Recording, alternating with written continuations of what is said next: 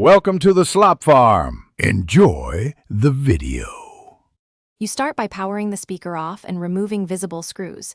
Use a pH0 or T5 driver so you don't strip heads. Once done, pry the seam with a plastic spudger. Keep pressure even to avoid cracking trim. You're looking for the battery pack and its connector now, so identify voltage and cell count on the label. This matters because replacement capacity and wiring must match. Make sure to photograph connector orientation for reconnection later. You should disconnect the battery connector before touching any solder joints to prevent shorts. Next, measure resting voltage with a multimeter. Compare it to the nominal voltage on the label. A deeply discharged pack may read near zero and need replacement.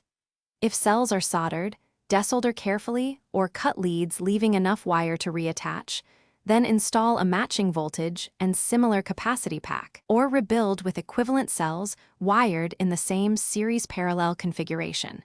Make sure polarity is identical. You reconnect the battery and ensure wires are seated and strain relieved before closing the case.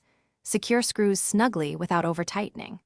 Once reassembled, charge the speaker fully and run audio while monitoring temperature and performance so you can confirm the issue is resolved. If the speaker still won't power, check connector pins for corrosion, test any inline fuse or protection PCB, and measure voltage at the board. Those diagnostics often reveal whether the Thanks for watching. Consider subscribing if we helped you today.